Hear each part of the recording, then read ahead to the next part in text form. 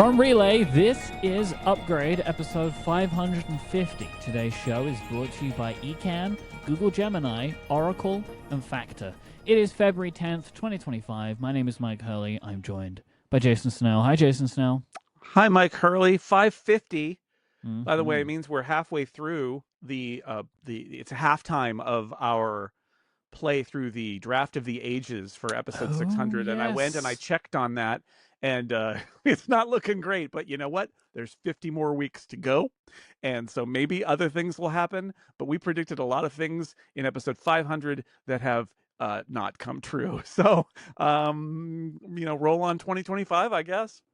I will put a link in the show notes to the scorecard put together by friend of the show, Zach Knox. That is the episode 600 Draft of the Ages. Yeah, it's not looking great, but we have a lot of time left. Like an exceedingly long time all left. To play for. So that's for the next 50 weeks. Yeah. Yep. I have a Snell Talk question for you to start this week's episode. This is one of these questions that we've answered before. Yep. But it's a question that I like to re-answer. We get these. Who knows? It was probably like 5 years ago. It's 550 episodes, man. I mean, who knows? You got to repeat some content sometimes. Darren wrote in to say, Jason, with your latest MacBook purchase, I was curious what policy you follow for device names. Do you just go with the default, like Jason's MacBook Pro? And if so, do you append a number or a year to keep them unique? Or do you use clever, cute pet names? Is there a theme that you follow? Darren, there is a theme that I follow. It is the word monkey. Yeah. It's lost to history why, but it doesn't matter. They are all monkeys. We have a monkey on our house, too. Our house number is a little sign we actually bought in the UK that has our house number, and it has a monkey above it. Because monkeys are cool and fun.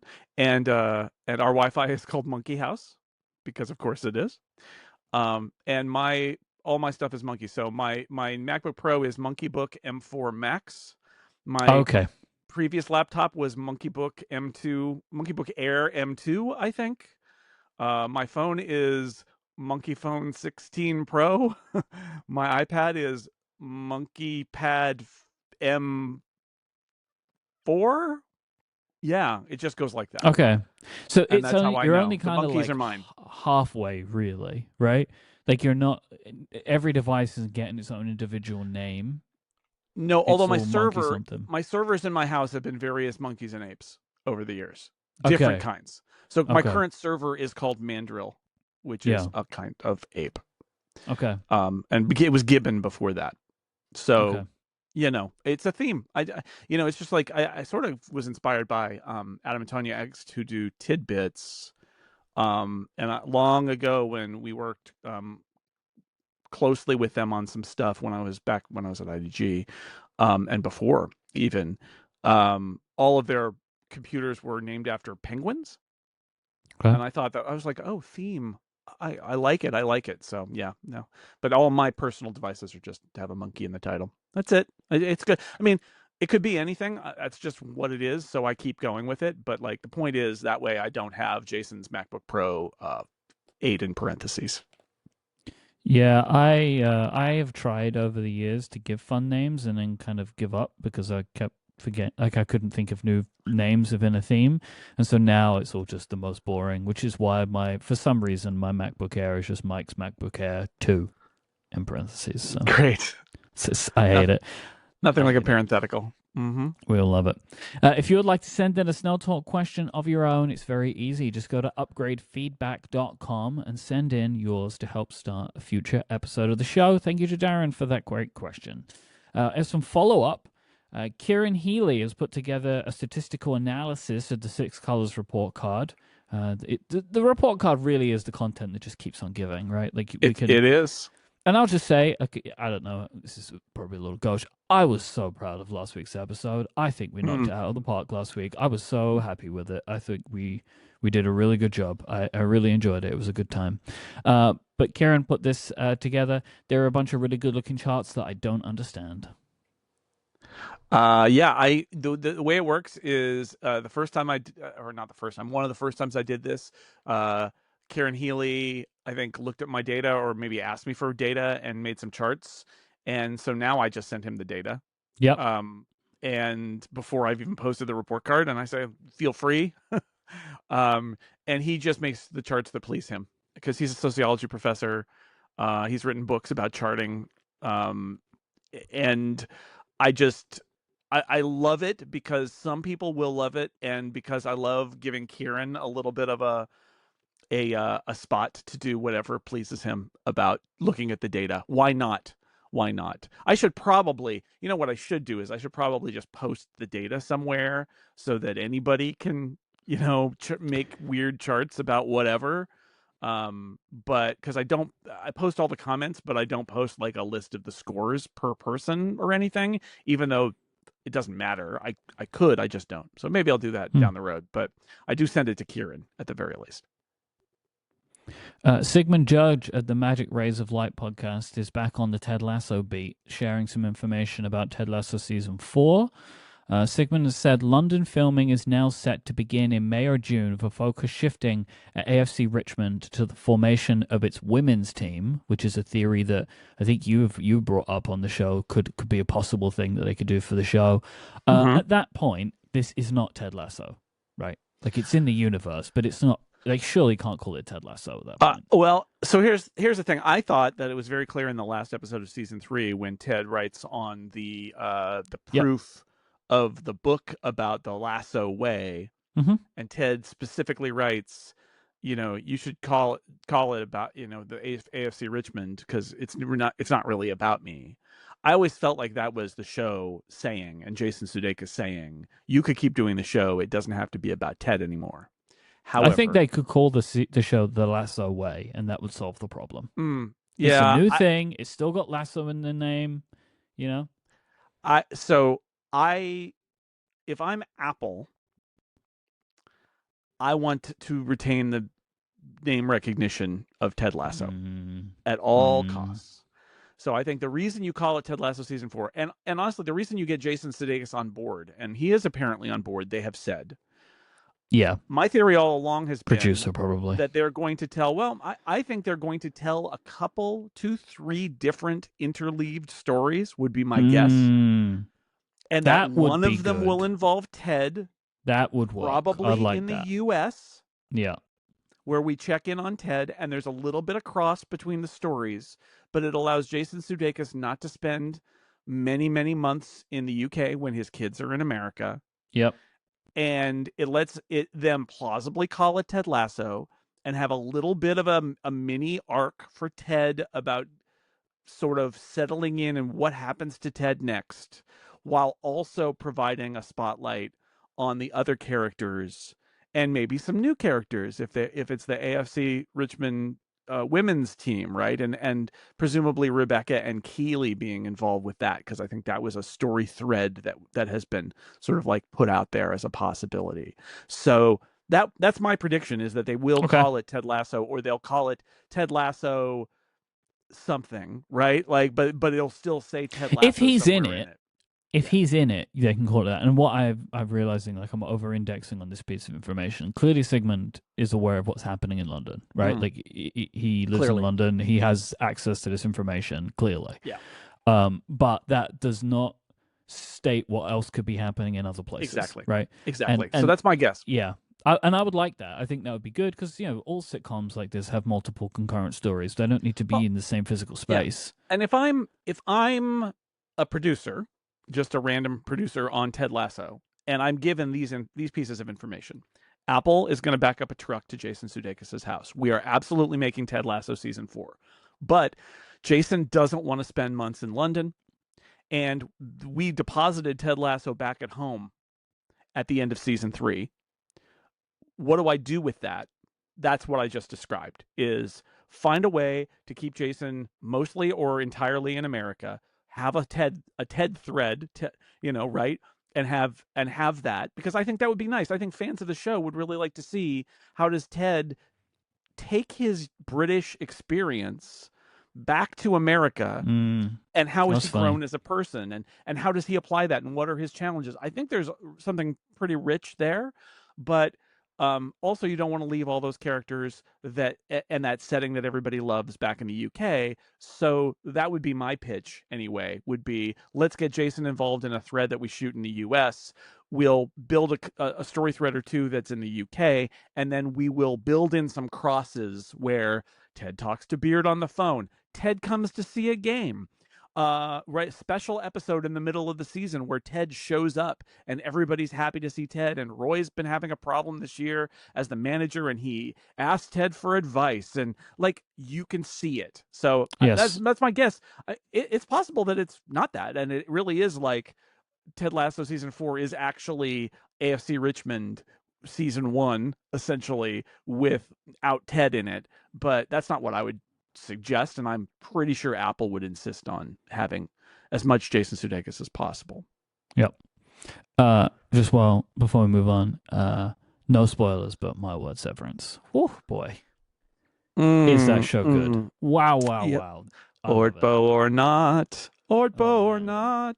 They are really. This is special television, and while it's killing me to wait every week, I am happy that I get to wait a week each time between each episode because they are real. This is a very, very good series, and if it, it is. If it got this good because they had to take this time, I'm happy they took the time.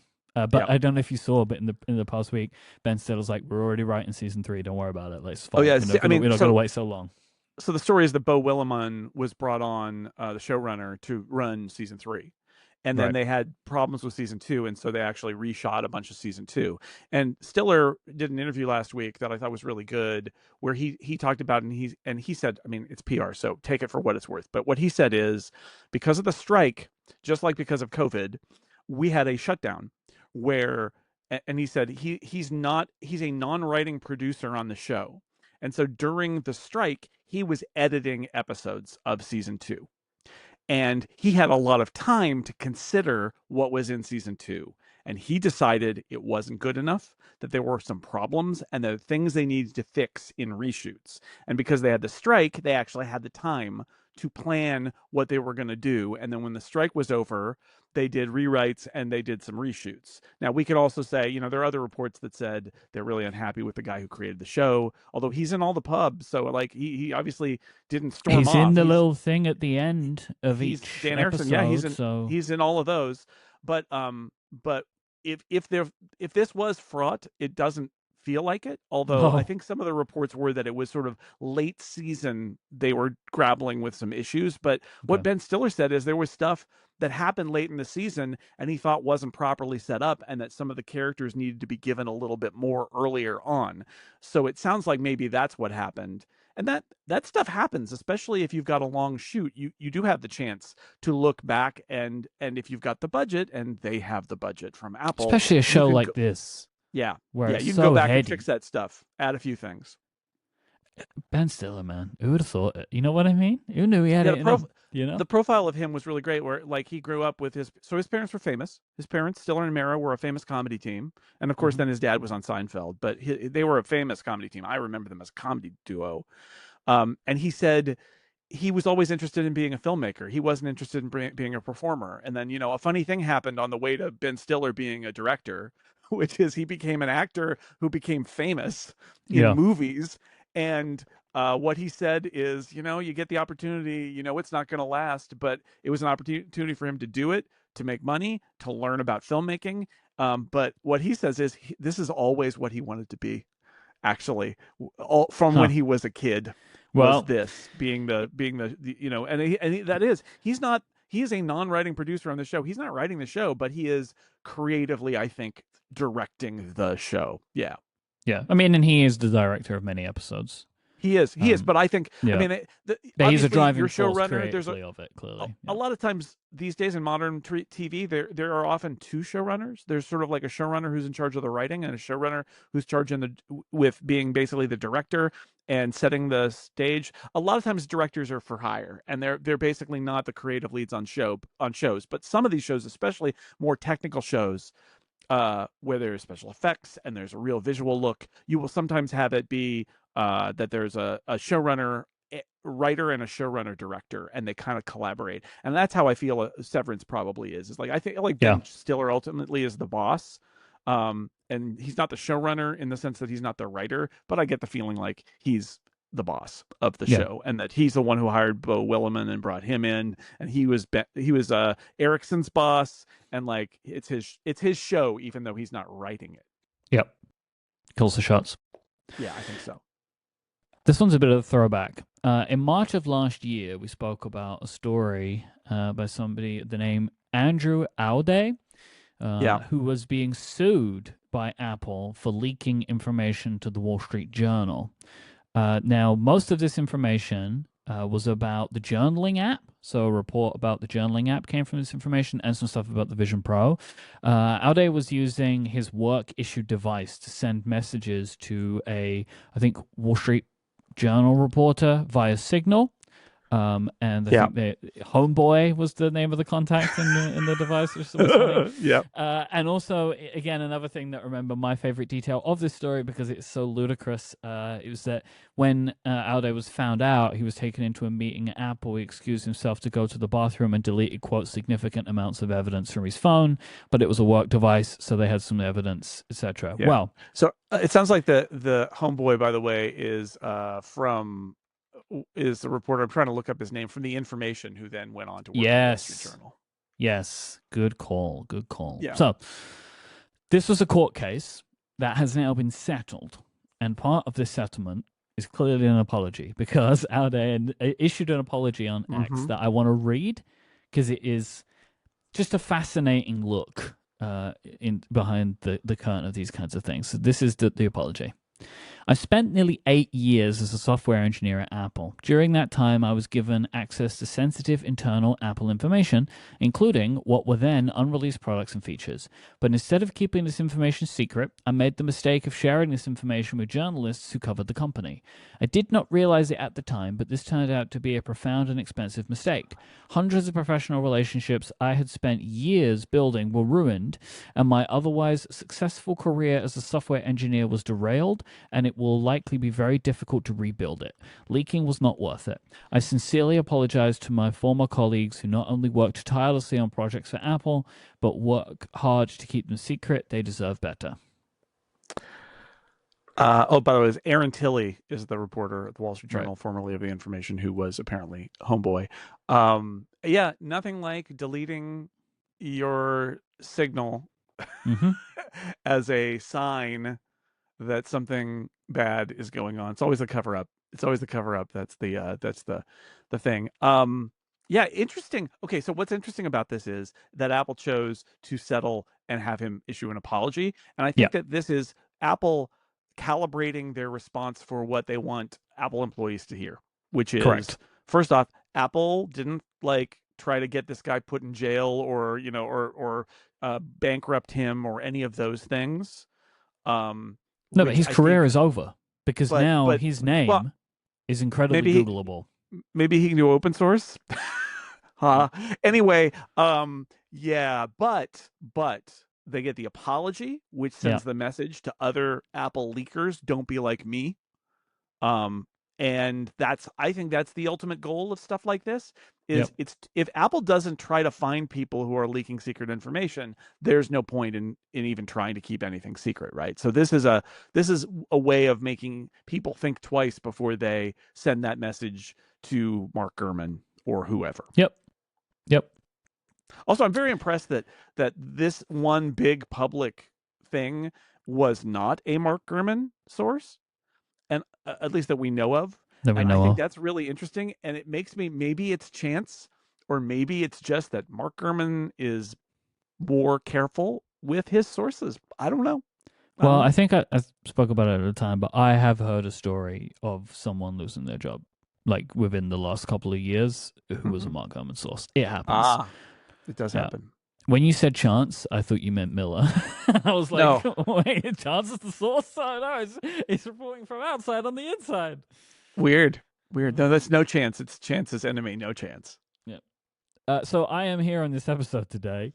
I'm planning to be on next week's show, and that actually should be my final episode of Upgrade before paternity leave. Yeah, if you have questions for me, send them in, and we'll do some paternity-focused Ask Upgrade. Yeah, or if there's just anything you want to know go to upgradefeedback.com and you can send it in, because from like my paternity leave should begin on the 24th of February, right? That is like I'm gone that day, but who knows? Because we're in the window now. Like right. Something could real happen, could term. develop in the Yeah, next week. Stephen Hackett will be me. That's how you know. is waiting. He has been scheduled, and in case of podcast emergency break glass, he is ready to step in next week. If next week's episode begins be. with "from relay," then you'll know what happened, right? That will be how you know. Doesn't it always start with "from relay"? Yeah, but I tried my best at doing a southern accent there. Obviously, From relay. Did not come across. I see. But what if I do a little sneaky thing where I take one of your "from relays" from the past and put it in there and then go yoink? Oh, it's not Mike anymore. You could do that. I could. It wasn't a very good impression. Discord's very upset at me. I didn't say it was a good impression. All I can do is like phone. Yeah. That's all I can do. But you wouldn't start the show that way. You wouldn't start the show. Anyway, if you want a bad impression, ask Steven to do one of me. You know what I mean? and then we'll find out what's happening. He's catching strays now. Anyway, it's not looking forward to it. It'll be fun to have guests, but again, I'll be very sad to not have you here. Thank you. So next week, send if you've got sort of like pre-baby questions for Mike, send them in. And maybe we've had a few. Them, we've had a few that I've been holding onto, okay, so that I was waiting for that episode to talk about. But if you have anything else, just send it in. Because, or as I said, or as Jason said, if it's just anything you want to hear from me, because otherwise you're not going to hear from me for like 2 months. So yeah. Other than that one episode that will happen that will surprise you. Yes. There's going to be a couple of those, but that's past Mike. That's like pre-daddy. Yeah. Yeah. The if you put Mike in chronological order, next week's will be the last one for a while. Yep. This episode is brought to you by Ecamm. Ecamm Live is the leading video production and live streaming studio built for Mac. But it doesn't stop there, because Ecamm is great at simplifying your workflow too. You can do it all with the Ecamm app, get started quickly, and have everything on hand to create whatever you need with video. It's great for streaming, recording, podcasting, and presenting. If you want to stand out from the crowd, you need high-quality video. With Ecamm, you can screen share, use multiple cameras, and even direct the show in real time with their live camera switcher. Plus, you can add logos, titles, lower thirds, and graphics, and you can drop in video clips, bring on interview guests, use a green screen, and so much more. Ecamm Live truly does it all. I tuned in to the 6 Colors report, what is the earnings report live stream that you and Dan did. I am going to guess that was Ecamm Live, Jason. Absolutely. Ecamm Live is my chosen, and then that new Zoom feature that is really great. Yep, because I'll talk about that in a second. That I can like pop things into the windows and they stay there, and I used to have to like carve up actual screen captures, and so all that stuff, all of my live streaming now is Ecamm Live, 100%. And also it is just like a Mac app, which is my favorite thing about it. It's a real Mac app. It's just a real Mac app. There are other streamers out there. They are capable. They also feel like open source software that runs on multiple platforms and has no home of their own. Whereas Ecamm Live is indisputably 100% a Mac app all the way through. Ecamm's members are entrepreneurs, marketing professionals, podcasters like us, educators, musicians, church leaders, bloggers like Jason, and content creators of all kinds. If you're on the pro level plan, you can enjoy Ecamm for Zoom. You can automatically send Ecamm Live's audio and video output into a Zoom meeting, Zoom webinar, or event, and add up to 8 Zoom participants as camera sources in your broadcast or recording. This is incredibly hard to do otherwise. Plus, you can automatically create individual participant audio and video recordings and add Zoom chat messages to your broadcast or recording as text overlays. To get 1 month free today, just go to ecamm.com/upgradefm and use the code upgradefm. That's a whole month free of Ecamm Live at ecamm.com/upgradefm with the code upgradefm. Links in the show notes. Go there, check it out. Our thanks to Ecamm for their support of this show and Relay. Hooray. Rumor Roundup time. All right. These are for the rumors that have not been found out and made to apologize and been asked to leave the company. Yeah. No apology needed. Mark Gurman is reporting in Bloomberg that the new iPhone SE could be coming this week. within the next couple of days. Naturally, this is something that will be announced of a press release on the website. They're not going to be holding an impromptu event for this. As well as supporting Apple Intelligence via the A18 chip that will be found in this device. Mark says that this is still expected to feature Apple's first in-house cell modem. This, to me, is the story. Like, if this is true, I don't know how we'll find out. Someone will find out, and we'll work it out. Because someone's going to do a teardown, right? And we'll find this. Like, iFixit or whatever. Like, someone's going to find out, like, what that chip is, because Apple will probably brand it in some way.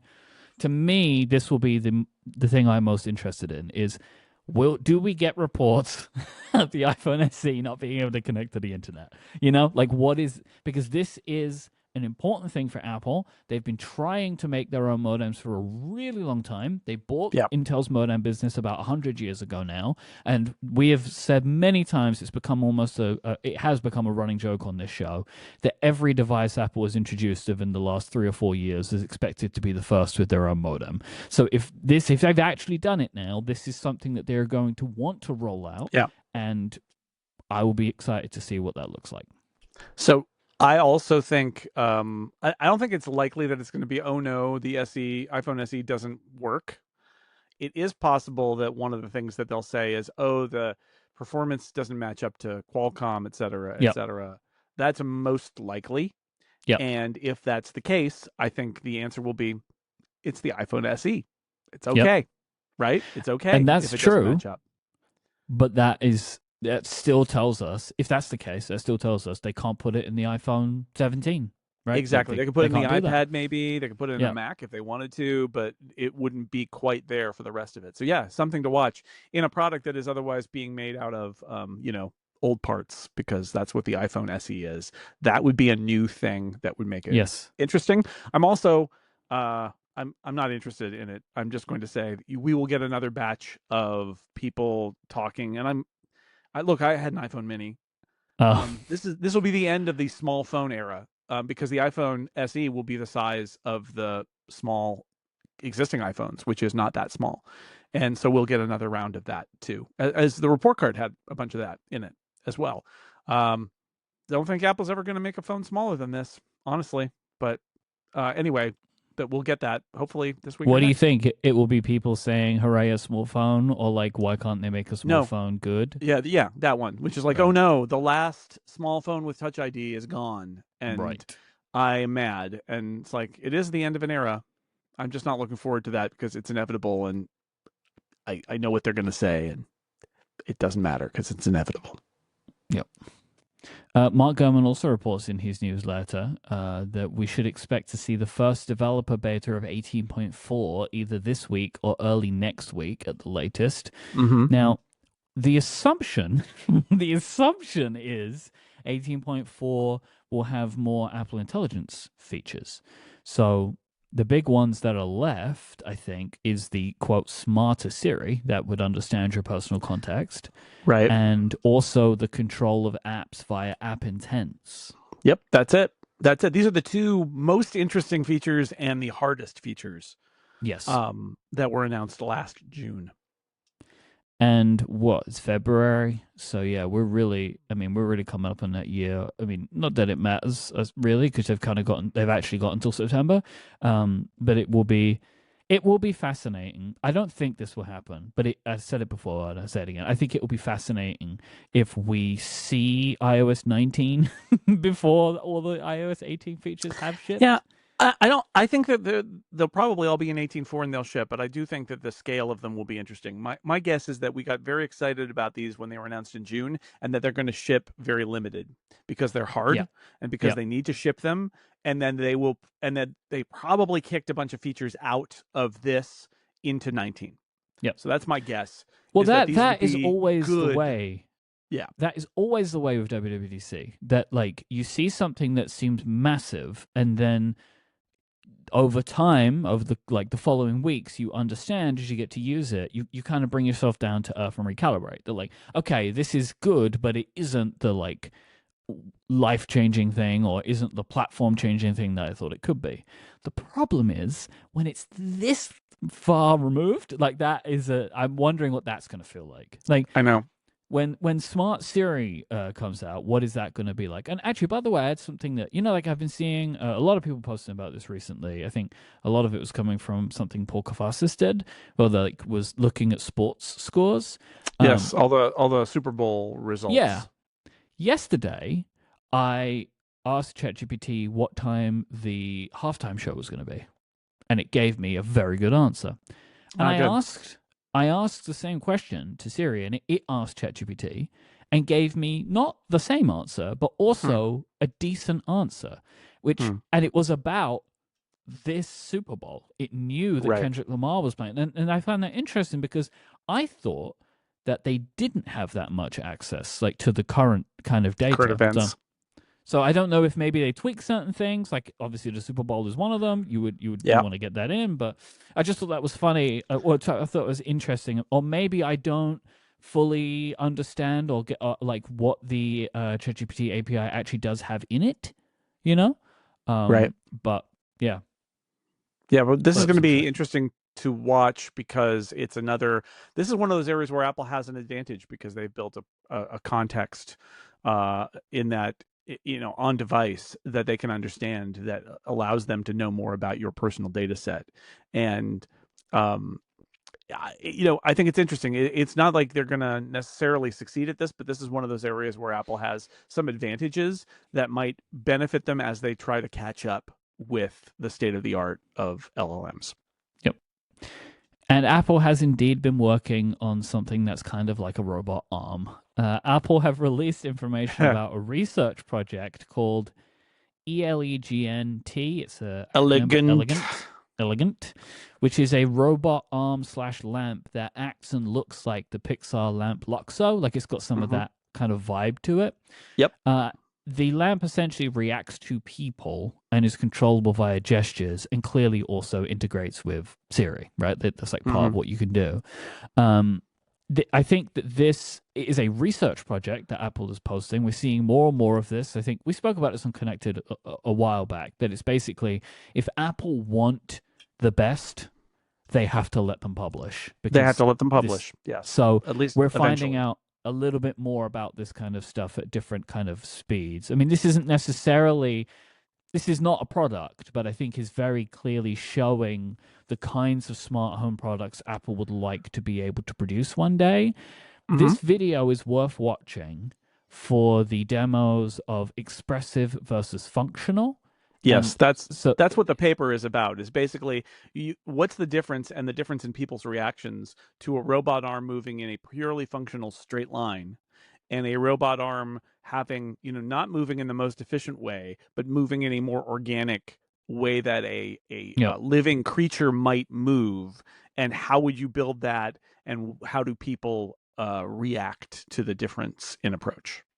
Truly magical product development is what this would be. Like if they pull something like this off, my word. This is the thing. That's what struck me about it is, well, first, what struck me about it is that the expressive stuff was in many cases far too expressive. And if I wanted my robot arm to point at an item on my table and it instead kind of looked at me and then kind of came over and didn't get it right and then kind of had to wiggle and then finally pointed at it while I sit there and watched it, I would be frustrated. But they're kind of overdoing it in a lot of these examples. But that is the Apple-y kind of thing, which is we could make this robot arm purely functional. But what their research shows is that people want it to feel a little more like it flows, like it's organic, like it's alive in a way. So the purely move from point A to point B will get you there the fastest, but it also feels like a completely industrial robot that you might not even want in your home. So that being a little more gentle, being a little more expressive is a part of it. And that's what this research is about. And I thought it was really interesting.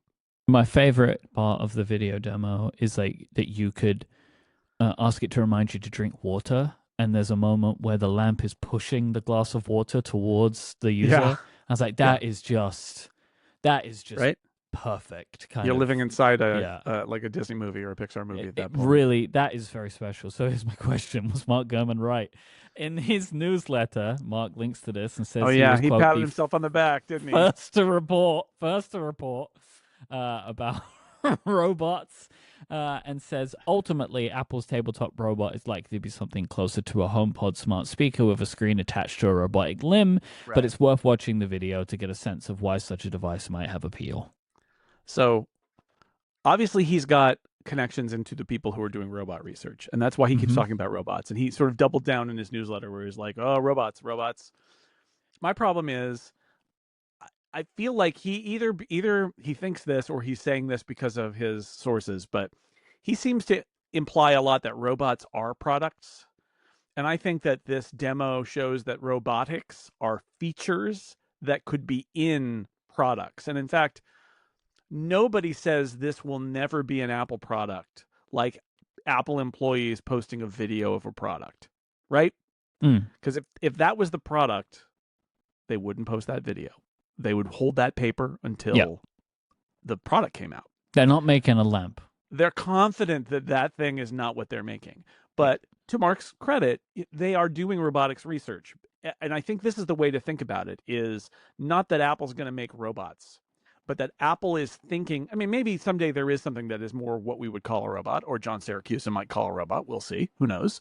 Roomba is a robot. So there's lots of things that Apple could make that could be robots. The thing for me is robotics is a feature set and a capability that Apple needs to build up or thinks they might want to build up. And that's what this research is about. So that they can have it as a tool in their toolbox for products. And I think that's great because Apple is great at hardware. In fact, it is the synthesis of software and hardware, but Apple especially is killing it in hardware. And this is a great example where they have robotic arm hardware, right? But the question is, but what is the software that drives it and what's the best way to drive it? As Mark Gurman points out, like, if you've got a HomePod speaker with a screen on an arm like a G4 iMac, and it's meant to maybe move, you would use this kind of technology to do that. Right. Sure. And you'd say, can we put a little personality in it? And you do the research to say, is it worth engineering the personality or do people hate that? And the research seems to say people do like it. They do like having a little more personality in there. And if you've got any other piece of hardware that can move itself down the road, you've now learned this lesson. So, again, a lamp with a robotic arm obviously is not a product. And I don't think any tabletop, HomePod with a screen that looks like an iMac is going to do what this thing does because it's kind of overly theatrical and all. But that's not the point. The point is Apple is learning this is how they make that little kind of magical moment where you're like, oh, did you notice that it did this thing and it didn't go straight there, but it overshot a little and came back? Did you notice that? This is how they get there. So it's kind of fun to peer a little bit into this research of how do we make something that feels a little more natural and less like a piece of industrial equipment that might be in an automotive factory somewhere. Yep, and it's just fascinating for all of us who've paid attention to this for any amount of time, just to see anything coming from them at all. Yeah, like at all is kind of fascinating. Sure. This episode is brought to you by Google Gemini. I used Gemini for the first time the other day, and the most impressive thing to me was just talking to it. You go live with it, and then it's like you're just having a conversation. You can talk about your day, you can have it explain something to you, or you can start brainstorming ideas. I'm going to give you an example. I pretended that I had a job interview coming up and asked it to help me to prepare for that interview. It immediately started suggesting common questions that I might get asked. Then I started talking through my answers out loud and it would give me feedback. And it's all happening in real time like I'm talking to a career coach. That's just what I tried first, but you can talk to it about anything. And that's the magic of it. How you can have this back and forth and it's all seamless. If you haven't tried it yet, it's definitely worth checking out. You'll see what I mean. Our thanks to Google Gemini for their support of this show and all of Relay. Jason, I want you to give me a moment here because there's some stuff going on in my in my lands of here in the United Kingdom, of which I really didn't want to talk about. I mean, I posted this on Blue Sky a couple of days ago. I absolutely do not, in my last couple of weeks on the show, want to be talking about encryption again, but yet here we are, especially with an issue coming from the UK. But our UK correspondent is here now. I am the UK correspondent. So, go get him. The Washington Post has reported last week that the UK government is trying to force Apple to allow them to access encrypted iCloud data. The government is attempting to do this under what is called the Investigatory Powers Act, which is a law that compels companies to work with law enforcement. This is tangentially related, but not the same thing as what we were talking about previously. That was all those laws that came in and then were kind of like really significantly changed before they became law about giving over certain information and trying to make backdoors into encryption. That's actually a separate thing. They're kind of related, but they're not the same. Under this law, which is an existing law called the Investigatory Powers Act, it is illegal for a company to even say the government has asked them. So Apple is declining to comment about it. The Washington Post's report says that the UK is looking for a, quote, blanket capability to view fully encrypted material, not merely assistance in cracking a specific account. Now, this is all related to advanced data protection. So this is something that was established a couple of years ago, where like iCloud, by default, iCloud backups are encrypted, but Apple holds a key, so they can decrypt them. This is done for many reasons. The key reason being, Apple can help you recover your account if you lose your password. If you turn on advanced data protection, everything is completely encrypted. There's also this asterisk, which I've spoken about a bunch of times, about iCloud message encryption. You can turn on end-to-end encryption with messages. You can do this anyway, but if there is an iCloud backup of your messages, it's stored in the encrypted backup that is accessible by Apple. But if you have advanced data protection turned on, like I do, Apple cannot recover it. And it is an incredibly laborious process for turning it on. You have to go through a ton of steps, which is great about trying to protect you and make sure you have all the recovery codes and setting up someone who can help unlock your account for you. It also adds in problems. Like we will talk about invites before the end of this episode, the Apple Invites app. The links that people sent before I had the app installed, they just wouldn't work because when you try and access the iCloud website, it has to authenticate with another device. It makes a lot of things more complicated wherever iCloud is involved. So, advanced data protection, Apple can't access users that have this turned on if requested by law enforcement because they don't have the key. The government wants access to these users the same way that they can access other users. Now, the Washington Post is the originating source for this information. And basically every other article that I have read is referring to the Washington Post, except for the BBC. The BBC is the only outlet that, for what I can see, has done their own reporting on this. I've been reading a bunch of them, and everybody's reporting the same thing. The BBC's reporting is different. They are saying that the UK wants to have access to the data in advanced data protection if it was needed, in the same way that a law enforcement agency can request iCloud data from anyone where needed. Quote from the BBC, "It is believed that the government would want access to this data if there were a risk to national security. In other words, it would be targeting an individual rather than using it for mass surveillance. Authorities would still have to follow a legal process, have a good reason, and request permission for a specific account in order to access data, just as they do now with unencrypted data." That is incredibly different to the Washington Post article, which says it is a blanket, what did they say? A blanket capability to view fully encrypted material, not merely assistance in cracking a specific account. Now, I'm not saying which one of those is true, but my opinion on this, with common sense, I think the BBC's reporting is closer to the truth, because what the government is not asking for, it appears, even from the Washington Post's article, is that they want this kind of access to advanced data protection accounts.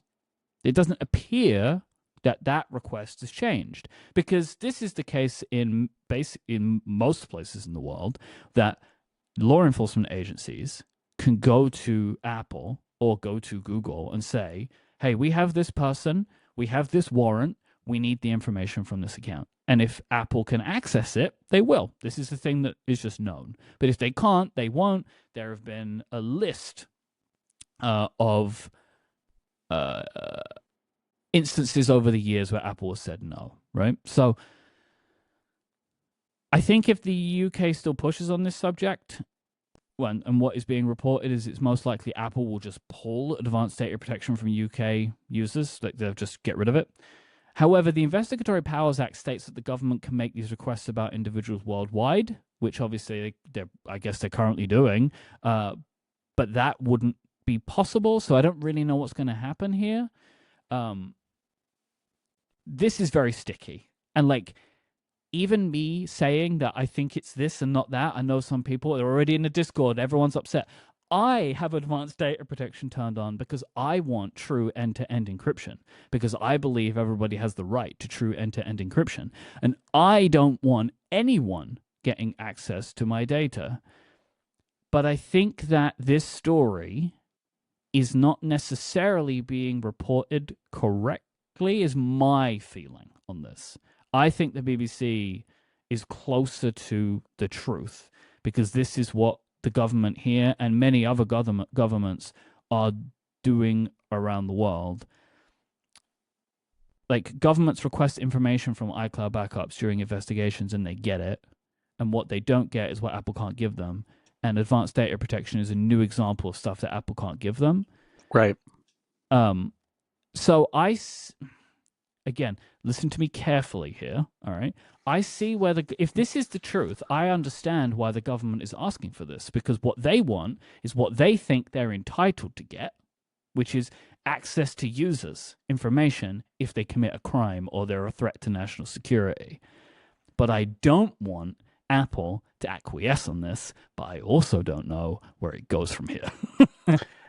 It's hard. The worldwide thing, it's hard to say, right? Because does the UK really have the right to say, anybody anywhere in the world, we want this information? Well, I think whether you like it or not, I think the answer is yes, because that is the law here.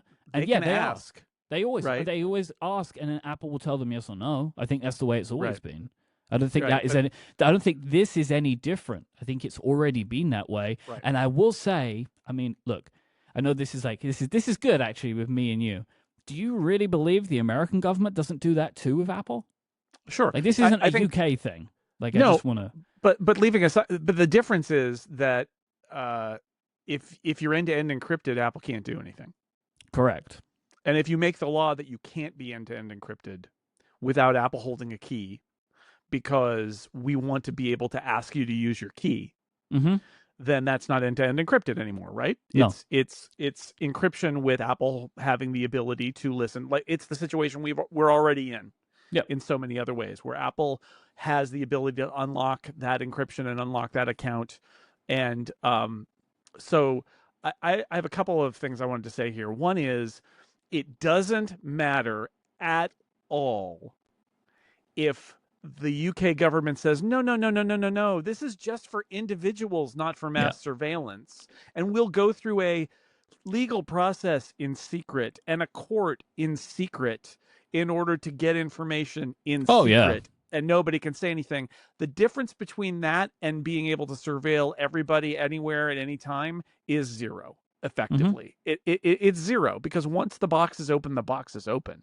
So I find that funny that's PR, right? That's PR spin. That's like, oh, no. It's just for bad actors in national security emergencies. It's like, well, you say that, but as we have learned in the United States, right, there are lots of things that you can say, but then people can just decide to do something else. And that has happened time and again. And when it's all secret, there's no scrutiny. There's no way to say, wait a second, I don't think that was right, because nobody even knows that it happened. So that's kind of ridiculous. My point is, none of this is new.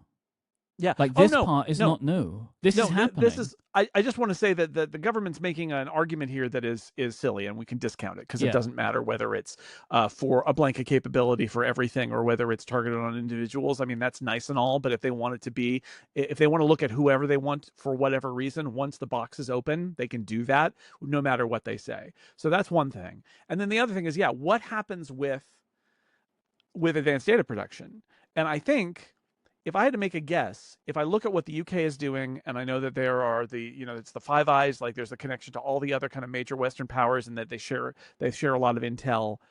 I look at this, and I think to myself, probably where we're headed is that if you want an encrypted cloud service from a major company, they will have the key and respond to requests from governments to unlock it. Yeah. I think that's where we're going. I think it's going to be unavoidable that every tech giant, every major company, not even tech giants, every major company is going to be forced to be in that situation that, like you said, we've largely been in for a while now, where they hold a key. And when a responsible government official comes to them and says, unlock this key, or use this key to unlock this data, they will say, did you check the box? Is it signed? Got it. Here's the data. And that's it. And if you're somebody who wants to share data in secret without somebody else having a key, you're going to end up having to, first you're going to go to smaller companies that offer this, and then they're going to be forced to do this. And then you're going to go to kind of semi-random apps that are out there, and then they're going to be forced to do this or be removed from stores. Yep. And that's where it's going to go until we're back where we were in the 90s, which is, if you want to compile it from source, you can do it, but nobody's going to make it easy. And it's going to be more like pirating things. It's going to be underground, and it's going to be questionable whether it's trustworthy or not. And the net result of that is going to be that the people who they really, really, really, really want to catch will go underground and use encryption. Yep. And everybody else will use encryption that's got a key, and it'll be unlockable by that. And that'll be every regular person. And at that point, we'll be back to the status quo, which is, in the name of protecting the bad guys, all the other non-bad guys will be wide open for whatever the government wants to do, and the real bad guys will find a way. Again, there'll be some dumb bad guys who still use it and think that they're totally protected, and they'll get caught. And there'll be people who commit a crime in the heat of the moment and didn't ever have any, security thoughts, and they'll get caught, and that's fine, right? But like the worst of them, your global terrorist organizations and things, they'll just know that this isn't a way to store data if they don't already know it, frankly, and we'll go somewhere else. And that's just how it's going to be. So, like, as well, like, I think you're right. Advanced data protection is probably going to go away. I think that's what's going to happen. And I think so. I remember, do you remember before this came around, there was a story, it's impossible for me to try and find it by Googling right now because everything is just giving me this story, where Apple wanted to turn on encryption for everyone, but was stopped by the US government. Do you remember this story? This happened a couple of years ago, that this is what they wanted to do, and were basically told, don't do that. That was a report. I don't know whether that was confirmed or not, but that was a report. That was the compromise. Passes the sniff test though, doesn't it? Right? Yeah. Like, for these reasons, because I think what I think is going to happen here. Turn it on. What I think will happen here with the UK is either Apple will turn off advanced data protection for the UK, or what I think will probably end up happening is this particular request goes away, because the whole point of what we're hearing now is the attempt at trying to drum up some support for Apple, and then people like us say you shouldn't do this, and then also it will go through the same thing that it went last time, which is what you are asking for is impossible, right? We cannot give you a key for users that have ADP turned on because there isn't one. So the only way to do this is to turn it off. So I think that's probably what will start. And I guess you said, look, the UK is not like this lone bad guy here twiddling its moustache. Every government wants this, Maybe Sure. this is just the first one to request it. And the other thing that I find really funny about this is the like, and look, I get it, right? Trust me, I get it. The idea that it is illegal for Apple to say they've been asked. Yeah, but how do we know? How do we know? Right. Right. Well, how do we know this happened? Like, yes, it is illegal for Apple to say that they've been asked about this, which is a terrible law, but we know about it. So someone has told someone at the Washington Post. Right. But Who do you think that was? I don't know. I mean, it could be somebody in the UK who finds this development distressing, right? Because there's some technical people who might look at what the politicians are doing or what the law enforcement people are doing and say, "Oh God, this is terrible."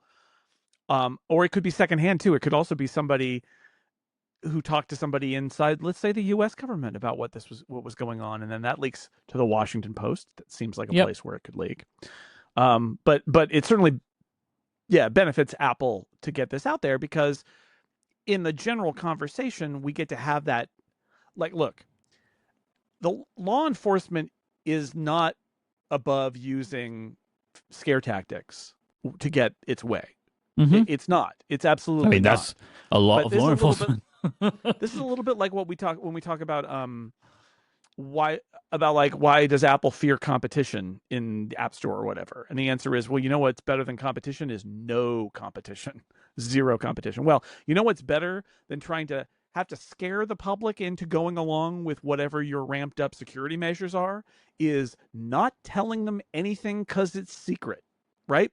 It's better if it's secret. Then there's no story about it. Then there's no controversy. Then there's no chance for a politician in your government to say, wait a second, maybe we need to rethink this because now it's politically charged. And even though, I want to let my intelligence service do what they want, now I need to say you can't because it's become a political issue. It's better if it's all in the shadows. So, if this was in the shadows, wasn't it? And so somebody told somebody who told the Washington Post. Maybe they used Signal. Yeah, they probably did. So I will make it very clear. I think everyone should have the right to encryption. I take advantage of that right and want it to remain this way. For me, this story is interesting for the meta now, because the thing I find most fascinating about this story is I have found two original reports that exactly conflict each other. I don't know. I know what one I think makes the most sense to me from a common sense perspective, which is the BBC's report. But I think this is an example of the kind of thing that is already happening a lot and is only going to happen a lot more, which is like, what do you believe? I know where I believe. I don't know, and everybody else can make up their own mind. But I thought that was fascinating. And one of the ways I'll give my last piece of information for why I think the BBC's reporting makes sense. Their article changed significantly over the last 7 days, where initially it was kind of reporting on it, giving some background, and was kind of just saying what the Washington Post had said. And now they say, we have spoken to our sources, and it's this. Right. So fascinating. Yeah. It's an ongoing story of our time, and I think there's been some hope that the internet and encryption means that it's easier to send coded messages essentially, and have privacy in conversation with other people electronically, and to have privacy in your documents that are stored in the cloud, because those are important to us. And on your devices, obviously, but I think the biggest issues are with communication and with cloud storage. And legally, right, I can say, at least in the US, legally, there is some understanding of like what is yours and should remain private, that you should remain private. And the most extreme version of this is the only thing private is what's in your head. And then there's a spectrum that goes to or on your device, or maybe goes to or is in your personal cloud files. What this I agree. I think the most likely scenario here is that globally, if you're using a major provider, the governments of the world are all going to agree that your right to privacy, your absolute right to privacy that can't be uncracked, is not going to be available for messaging or the cloud. That leaves you with your own personal device. And we'll see what happens with your own personal device, right? Like the US government has wanted very badly to have Apple have a way to unlock a suspect's phone. Yep. And Apple has sort of resisted that, and they use bugs to do it instead, right? But there's nothing stopping governments from saying, well, no, Apple, you actually need to build in a key for us to unlock those devices, which the FBI certainly has said that it should do. At which point we're back to, sadly, the truth, which is either you come up with your own code or use some sort of surreptitious encryption that is not broadly available, or you keep it in your own head. And that's a shame because our brains are offloaded into our phones these days, but we may end up back there, and that's unfortunate. Yep. This episode is brought to you by Oracle. Even if you think it's a bit overhyped, AI is suddenly everywhere, from self-driving cars to molecular medicine to business efficiency. If it's not in your industry yet, it's coming, and fast. But AI needs a lot of speed and computing power. So how do you compete without costs spiraling out of control? Time to upgrade to the next generation of the cloud, Oracle Cloud Infrastructure, or OCI. OCI is a blazing fast and secure platform for your infrastructure, database, application development, plus all your AI and machine learning workloads. OCI costs 50% less for compute and 80% less for networking, so you're saving a pile of money. Thousands of businesses have already upgraded to OCI, including Vodafone, Thomson Reuters, and Suno AI. Right now, Oracle is offering to cut your current cloud bill in half if you move to OCI for new US customers with minimum financial commitment. Offer ends March 31st. See if your company qualifies for this special offer at oracle.com/upgrade. That's oracle.com/upgrade. Our thanks to Oracle for sponsoring this show and all of Relay. Do you have any takes on the Invites app? Must I? This is a hard one for me to have a take on, really. Like, look, I had takes. Apple makes, from time to time, Apple makes apps. Yeah. And I don't mind that. I kind of like the idea. This is like, it's almost exactly a year since the sports app, right? I talked to Eddie Q the day after the Super Bowl about the sports app, right? So it's almost exactly a year.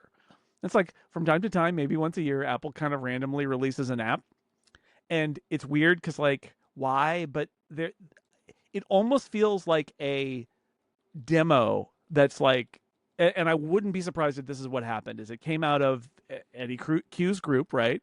And they're like, what do we do to show best practices of, like, we've got all this great stuff like playlists, shared playlists, and we've got our weather infrastructure now, and we've got our photo sharing infrastructure in iCloud. Could we build something that, like, shows how all of those things can be integrated in a wonderful way for something like an invitations app? And I've heard some people say it feels almost like a WWDC demo app, polished all the way.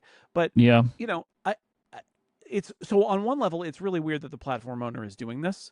And that I'm sure somebody out there is grumpy about the fact that, like, well, you should just make all these APIs available and let anybody do it, which maybe they do. I don't know. They built it on iCloud as well because you got to have a web service backing this, because not everybody is going to have the app, and you want to be able to invite those random people to your kid's birthday party anyway. yeah. It seems fine. It seems like a perfectly nice app. I don't. I mean, it does the job and looks nice and doesn't force people to download an app in order to respond. And so, okay, like, I think it's weird that it requires iCloud Plus. So you have to pay. You have to be a paying member of iCloud storage. You can't just have the 5 free gigabytes, right? That's to create them, right? To create them, right? Oh, anybody can respond. You don't have to even have an iPhone. It doesn't matter. Just it's just to create them. But, like, again, it probably came out of that group, It probably is a showcase for iCloud features. That's probably why they built it. I don't know. Like, it's a thing that exists. Will they update it? I don't know.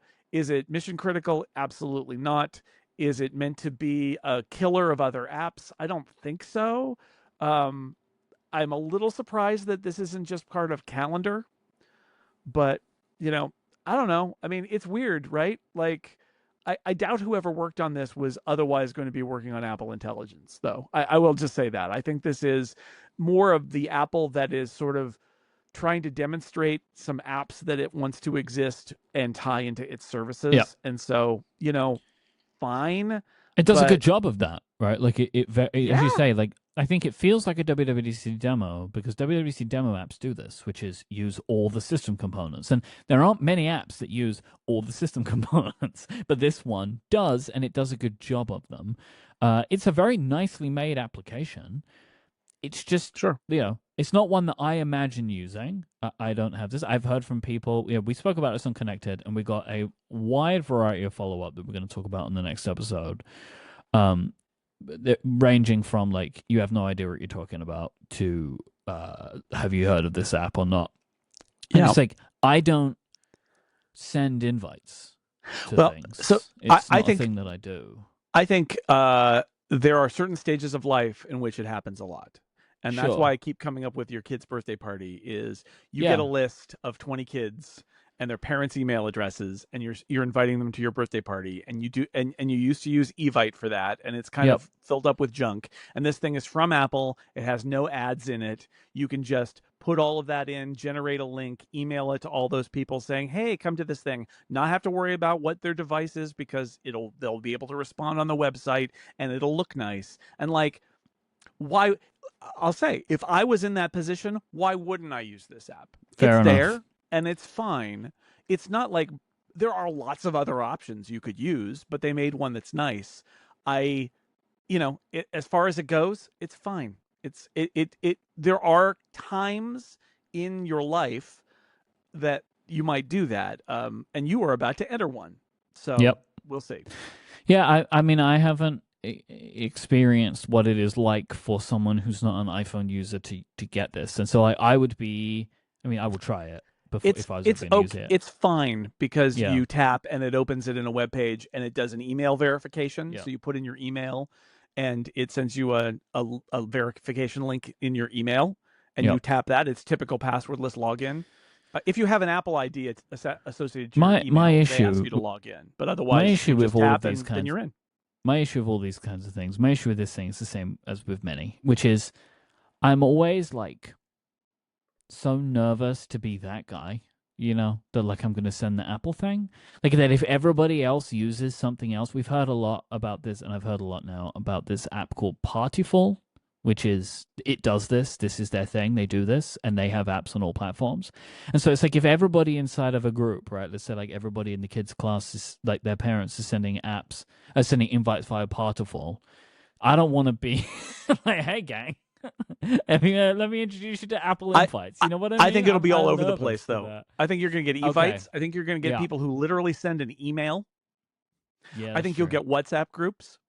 I think you'll get all sorts of different all the time. Yeah. Right. Yeah. I think all of those things are going to be out there because this is a very fractured kind of space, and this is just another one of those. Right. If that's the case, I would use this because I think it's actually really nicely implemented. Like, I've in the past couple of days, I've had reminders for a bunch of fake events that all my friends set up a week ago. And like, I like stuff like you set up an event and it's like, oh, the weather will be like this on this day, most likely based on trends that Apple Weather has. Like all these little touches, I think are really nice. And then if you are in the Apple ecosystem, there's a bunch of stuff you can do, right? Like you can share the photos, you can share the music and all that kind of stuff together. But if you're not, it's just like, hey, here's your information. I don't know about like I have no idea. Like if you don't have the app installed, like if you're an Android or Windows user, does it do anything to remind you that the event is coming? Because like on the phone, there is a notification. So I tested this. There's a calendar link that will let you add it to a calendar. That's like a calendar link of a standard. I think it's like an ICS or whatever. Right. That will let you open it in your calendar and add it as an event. You don't get like updates and stuff, but I think that's true maybe of it in general. Although actually, no, you'll get an email because what I did is I made a fake event called Fun Yep, Times you did. for the Super Bowl. I invited a bunch of people, and then right before the Super Bowl, I canceled it, and everybody I invited got a notification that it had been canceled. It was So sad. it will. I know. Well, the fun times were outlawed. Sorry, no Yeah, fun. Turns out. no fun. But it was going to be a flash mob. It was going to be at Union Square in San Francisco. I was going to be the only person there, and I wasn't going to go either. So nobody was going to be there. I canceled it. And they got notified. So I think that once you get your email address in there, like they will keep you, or you're doing it by text. If you invite people by text, it is notifying you that there are changes happening to the event. I don't think they can do the magic where they send you a magic calendar link that like opens in your calendar and stays updated. I don't think they're doing anything like that because I don't think that exists. But they are keeping you up to date in whatever method they have of doing it. So again, it seems to be essentially like an Evite or any of these other apps or services that do this, except this one happens to be from Apple. Yeah. This discussion about invites was like the tasty part inside of bad bread, because we've got another big thing to talk about. We spoke about encryption, and now we're going to talk about notarization. So last week, AltStore announced that they were adding an app called HotTub to AltStore. So AltStore is an alternative app marketplace in the EU run by the developers of Delta. Now, HotTub is an app that lets you search for pornographic content from various websites. It is essentially a native app, which is an aggregator of adult content. When AltStore announced this app, and they announced it themselves, and they did some interviews, and they obviously sent out some press releases, they stated that it was the, quote, first Apple-approved porn app for the iPhone. Which, of course, angered Apple, who sent out a statement to any media outlet that would receive it, saying they are, I got quote, mine.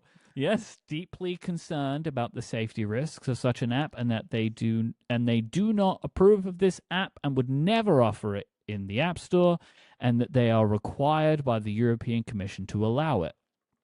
AltStore's response to this was to clarify and share screenshots of their notarization request that says the app is, quote, approved, which is unfortunate, and to point out that Apple has rejected several apps from being allowed to be distributed by AltStore, and they also said, to be perfectly clear, Apple has not endorsed HotTub in any way. However, they did approve it.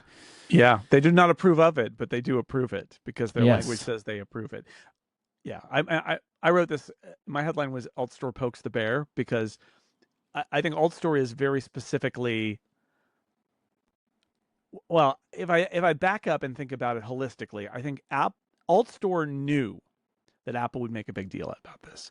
Absolutely. Because we talked 2 years ago, we talked about how it was inevitable that something would happen in Europe that Apple didn't like, and Apple would use it as a way to point out how unfair the European rules are because it prevents Apple from fill in the blank. And how it makes European Union customers less, quote unquote, safe. Less safe. I thought it might be malware or stolen information or something like that, but I should have thought it's going to be porn. That's what it's going to be. It always is. But make no mistake, Apple has been waiting for this moment, anticipating this moment, to go full out attacking this and decrying it, because politically, from a PR standpoint, this is their moment to say, see what the mean people made us do, and now there's porn on your iPhone. They ruined it, right? That's what they're trying to do here. If I'm AltStore, if I'm Rally Tested and the other people who work on AltStore, I know that they're going to do that. So while I could say, oh, you might not want to taunt Apple by saying first Apple-approved porn app, I can see the other side of it, which is they were going to make a big deal about it anyway. So just lean into it. It's probably not, as a human being, probably not what I would do to taunt Apple with this. Yeah, I have a slightly different take on this. Apple pointed out, like, there's a line in the notarization guidelines that says, do not suggest or imply that Apple is the source or supplier of the app, or that Apple endorses any particular representation regarding quality or functionality. Then again, Apple doesn't do that. All they did was approve it for sale. And and this is the point that really bugged me and that I wrote about at length in this piece that I wrote last week, and that AltStore also pointed out, Apple has already used this pathway to block apps it should have approved because it didn't like them, but it let this one through. Why is that? And I think the answer is, I mean, it's probably complicated, but one of the reasons is Apple wants this to happen so they can point at it and say, see what they made us do. It's funny because they did, but an emulator that lets you play old Mac games or run ancient Mac software, that they just said, no, we refuse, which I would argue is against all the rules, and they should have put it through too. But they didn't. And I think that was a huge mistake, because I think Apple, first off, ruined notarization as a concept, because it was always, since they introduced it for the Mac, supposed to be neutral. And now it's suddenly a lever that they can pull.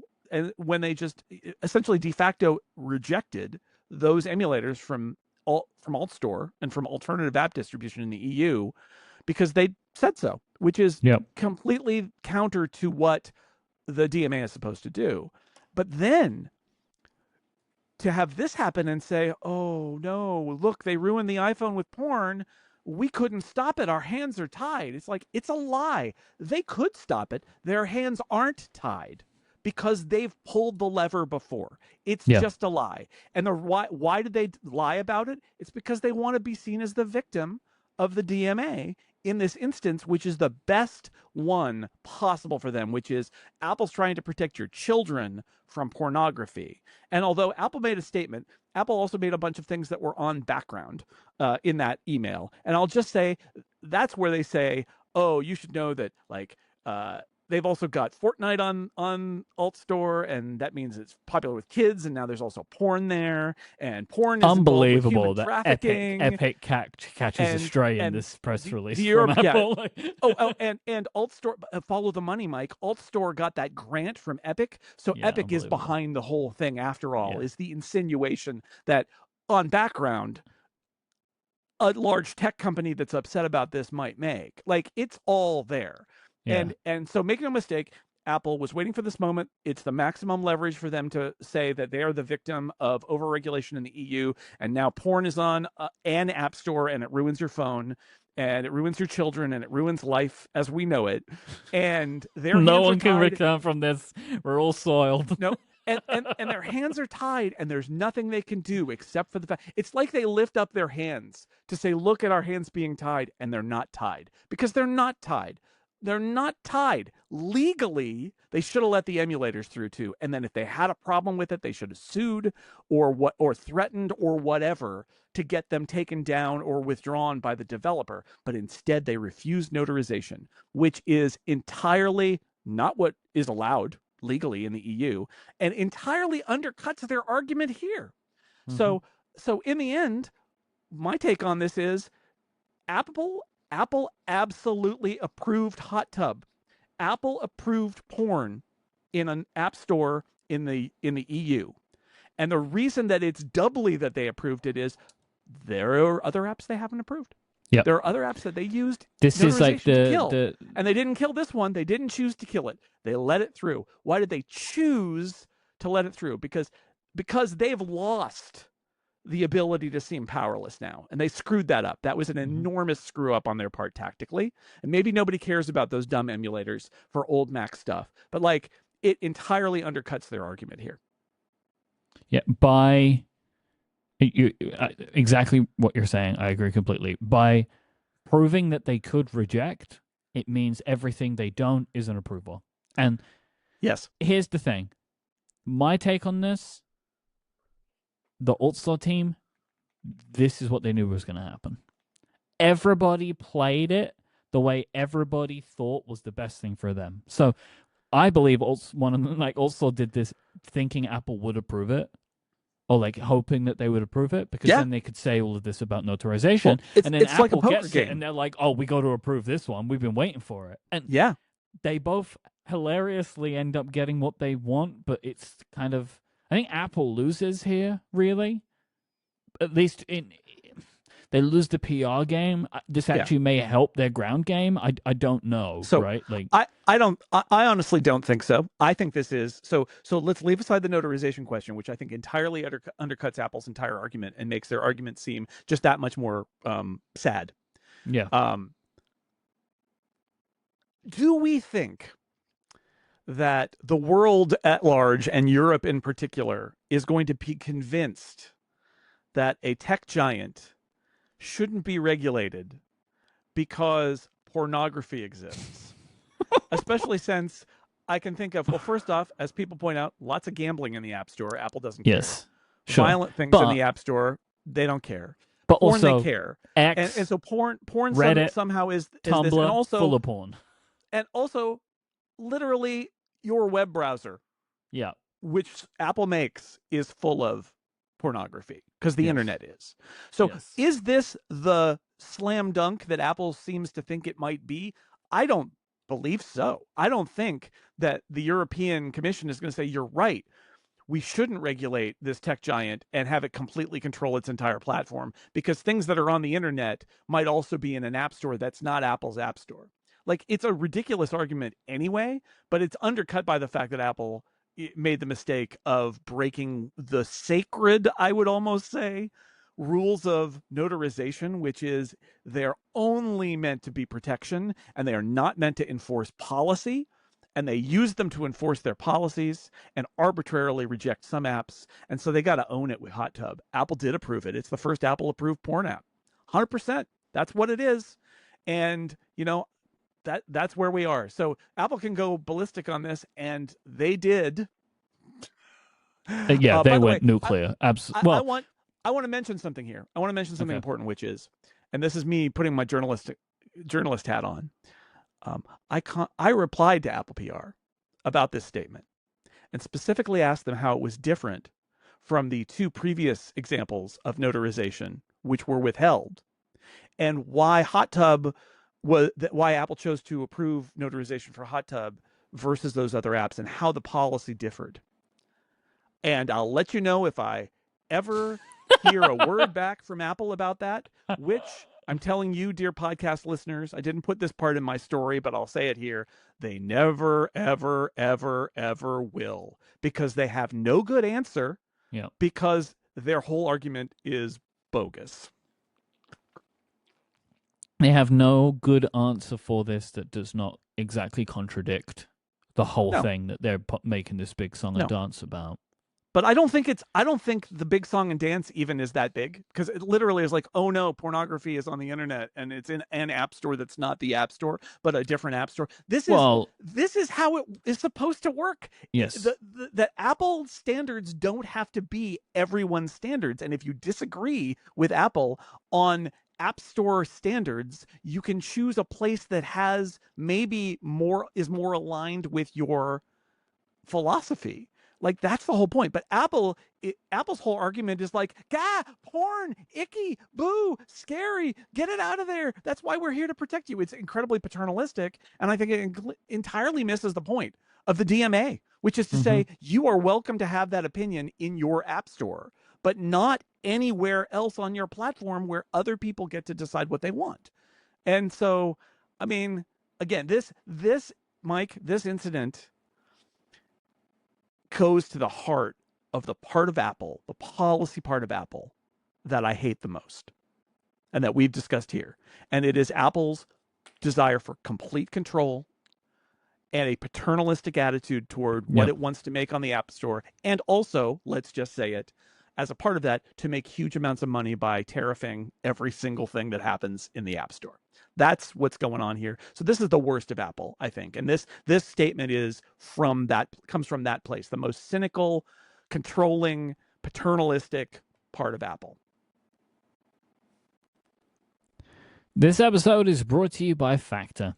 Are you feeling ready to optimize your nutrition this year? Factor has chef-made gourmet meals that make eating well easy. They're dietitian approved and ready to heat and eat in 2 minutes, so you can fuel right and feel great no matter what life throws at you. Factor arrives fresh and fully prepared, perfect for any active, busy lifestyle. In fact, keto meals can help you meet your weight loss goals. They've conducted a randomized controlled clinical trial with Factor Keto, though it's worth noting results will vary depending on diet and exercise. With 40 options across 8 dietary preferences on the menu each week, it's easy to pick meals tailored to your goals. Choose from preferences like Calorie Smart, Protein Plus, or Keto. Factor can help you feel your best all day long with wholesome smoothies, breakfasts, grab-and-go snacks, and more add-ons. Reach your goals this year with ingredients you can trust and convenience that can't be beat. Now, Jason, I know that Factor meals, they are very popular in the Snell household. Isn't that right? So popular that they get stolen, indeed. So my wife works outside the house. She works at a library, and so she has to take lunch every day. And so when we get Factor meals in, I manage to get 1 or 2, but she gets the rest. She essentially takes them to work with her, and that is the greatest endorsement I can give. But I can also give another endorsement, which is my mom lives alone and doesn't really want to cook for herself because cooking for one person stinks. And we've been concerned about her nutrition and getting enough to eat. And so my mom gets Factor meals now. We are Amazing. sending those to her, and I'm actually doing all the stuff on the web and picking the meals and getting her feedback and doing all of that. But she's getting the Factor meals, and she just sent me a picture the other day showing me that she was, eating one of these meals. And the reason that we're doing this is because they're good. They're good. I have tried lots and lots of things. There are the meals you have to assemble and cook yourself. Those are great. Those meal boxes. We get one of those. My mom's never going to do that. There are the ones that come and they're kind of like frozen and they're like TV dinners basically. And, I've tried some of those and they're of varying quality. Let's put it that way. The Factor stuff is good every time. And, I have some theories about how they do it, but I can tell you that it's a cut above anything else that I've had while it being as simple as putting it in the microwave for a couple of minutes. Eat smart with Factor. Get started at factormeals.com/upgrade50off and use the code upgrade50off to get 50% off your first box plus free shipping. That is the code upgrade50off at factormeals.com/upgrade50off. You'll get 50% off plus free shipping on your first box. You find all the information for that in the show notes too. Our thanks to Factor for their support of this show and Relay. It's time for some Ask Upgrade questions to finish out today's episode. First comes from Lee, who says, with DeepSeek, we're seeing people running models locally on their Mac Minis and looking to chain them together, as it seems the Mac Mini at £599, or Lee is, I guess, from the UK, is the cheapest way to get a 16 gigabyte graphics card or a 64 gigabyte. I'm really messing. I said 16 gigabit. Wow, look at me go. Also, graphics cards don't exist on the Mac. Graphics card. No, okay, all right. So what Lee is saying, so I've done a bad job of explaining this. It is essentially a 16 gigabytes graphics card because the unified system memory means you can access all of the RAM when you need it. And this is not a thing that exists. So you can go 16 gigabytes, you can go all the way up to 64 gigabytes, and it will cost less than an NVIDIA 5090. So what Lee is asking, so essentially that is the premise of the question. You can have, with unified system memory, you can have a ton of RAM essentially thrown at a graphics card, which is not a thing that you can do in the PC space because they don't use unified system memory. A graphics card has its own onboard RAM, and it's usually not very much compared to something like this. So what Lee is asking, do you think Apple could now push through with an M4 Ultra Studio, say with 192 gigabytes of RAM, and have a product capable of dominating the AI training space? That is the question. Yeah, that's a lot of question. Here's what I'm going to say. That's a lot of question. I'm going to not answer the question other than to say, because I don't know a lot about the details of specs of these various things. I'm not sure how many people do. First off, I don't think Apple cares about dominating the AI training space. I don't think they care. I think they would if they did. Yeah, right? But I mean, I don't think dominating is going to happen, but I do think that if Apple would be happy if there was a trend toward having training that could happen on more affordable systems, because that might mean people started doing things like training things on Macs, and that would make them happy.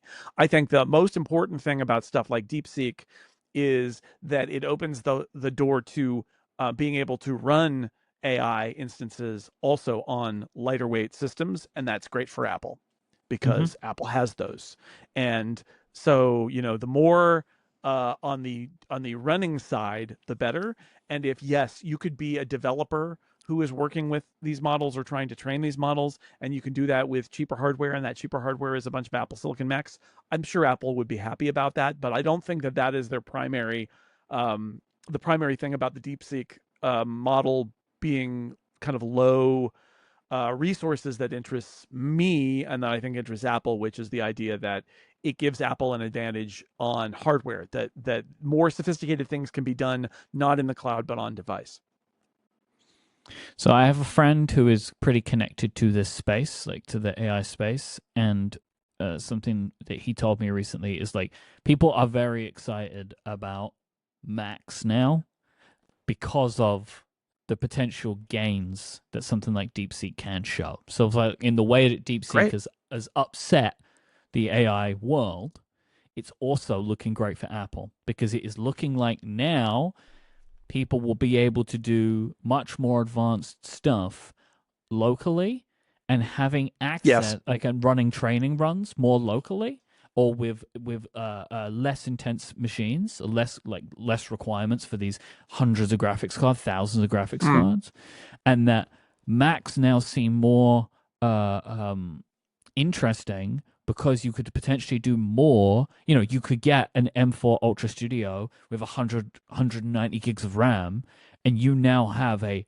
very capable AI machine because it has access to all of it. So it's interesting. Look, so what Apple, universally thought as being behind in AI, one of the ways that Apple could end up having some advantages on the field is that some of the assumptions about what AI was going to be and what resources it was going to take might be wrong. And I think that that's what the DeepSeek stuff is at least suggesting is possible, is that things that Apple is not as good at might not be as relevant, and things that Apple is good at might be more relevant. And for a company that is trying to come from behind and is trying to figure out where it fits in this, the more that the AI conversation plays to the shared RAM, plays to Apple Silicon, plays to the neural engine, the more that the drift of the AI industry goes toward things Apple is good at, obviously the better for Apple.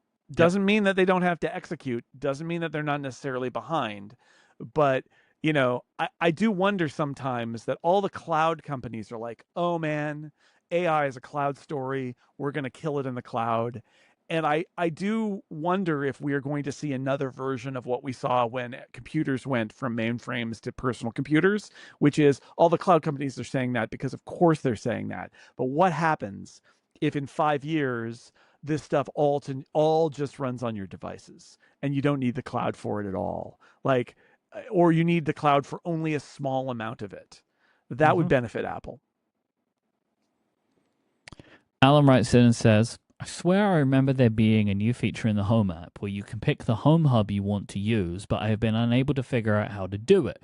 It's really annoying when it moves to a hub that is not near my front door and my home lock decides not to work. I have to unplug all the hubs except the one I want to use. So I found this accidentally recently. So I'm going to give the steps. You go to the Home app, you hit the little 3 dots on the top right, you go to Home Settings, Home Hubs and Bridges, turn off automatic selection, then you can choose your hub. Yeah. It's worth noting Home Hubs now are only Apple TVs or HomePods. They used to also be iPads, but that's not the case anymore. It's Apple TVs or HomePods.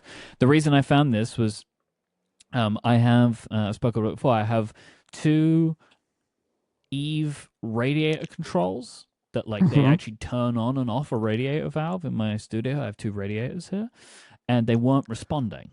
And I didn't know why. And I was at home, and it was cold in the studio, and I wanted to warm it up before I got here. So I was playing around in the Home app, and I found this.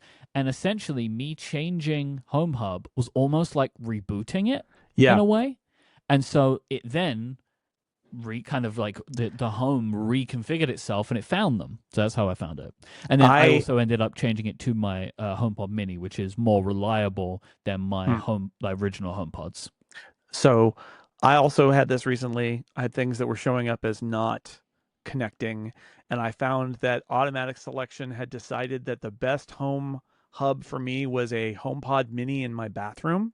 Yeah, it's bad. And I have an Apple TV 4K connected via Ethernet in my living room directly into the switch that is on my internet.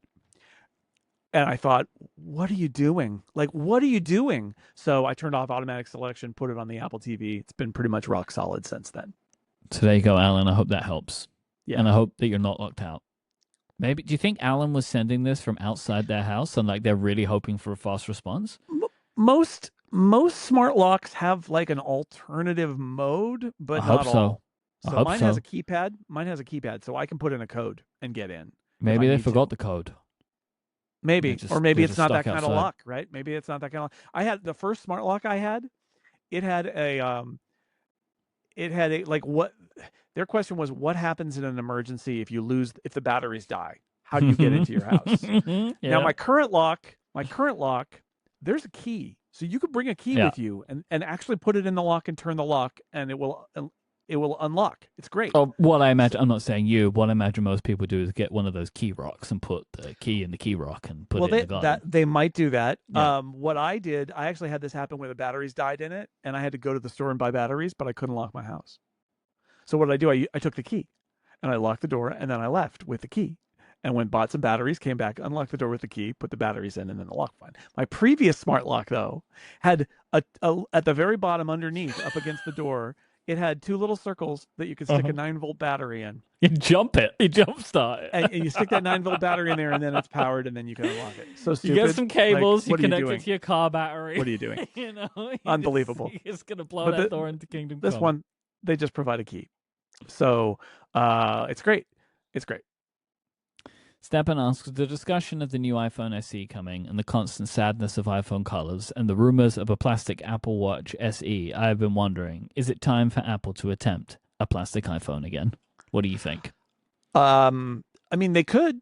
That would be interesting. I think Apple feels like the metal and glass look is their branding for iPhone now, and that's what says iPhone, and that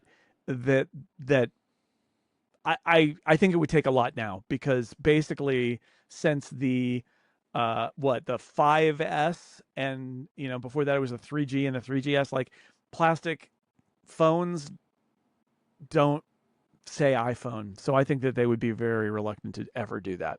I think as well that the problem you will always have here is people, they attribute weight to price. And if you give them something very light and tell them it costs $900, there might be a bit like what you're talking about. Unless there is a reason that like you can see it's super thin, right? Super thin, oh, how nice. And then it can be super light. But if you just give them like a plastic iPhone 16, be like, why is this thing so light? What is going on here? Like people have that, like there is like a weight and a heft and a value. They kind of go together. And I think that would be difficult for them to try and shake. It's not necessarily logical, but like, you could logic this if you really wanted to, but it's like it's perceived value and it's the brand identity, right? Those are the things that end up mattering. And Andrew writes in to say, the rumor is the iPhone 17 line could be eSIM only. Yet here in the UK, we mostly still use physical SIMs. I'm with EE and could swap to an eSIM, but never have as I haven't needed to. Do you think Apple will force through the change here in the UK or still keep the physical SIM option? Is it worth switching to an eSIM now to be ahead of the curve? And what are the eSIM advantages or disadvantages? So first off, isn't the iPhone SE also rumored to be eSIM only? Probably. I think so. So I think it's a pilot program. I wonder if Apple's modem chip is actually part of the reason here, but also Apple just wants to reduce its reliance on, having to build a little card slot in where it could not, right? It's an ingress port, all that kind of stuff. All of those reasons, right? So I do wonder about that. And for the iPhone 17s as well, unclear what they're going to be able to do, but I would say maybe the SE is a pilot for that. I would also say, like, Andrew is in this case where Andrew's carrier will do eSIMs, and Andrew just hasn't needed to. Well, I was in that boat. I used eSIM, or I used regular SIM cards for a long time, and then one time I got a phone that didn't have, they're like, in the US, we're not doing that anymore. Here, use an eSIM. And I thought, okay, and I switched. So I think some of this may be Apple working with its partners probably way in advance talking about we're going to switch to a phone that does not have a SIM card version.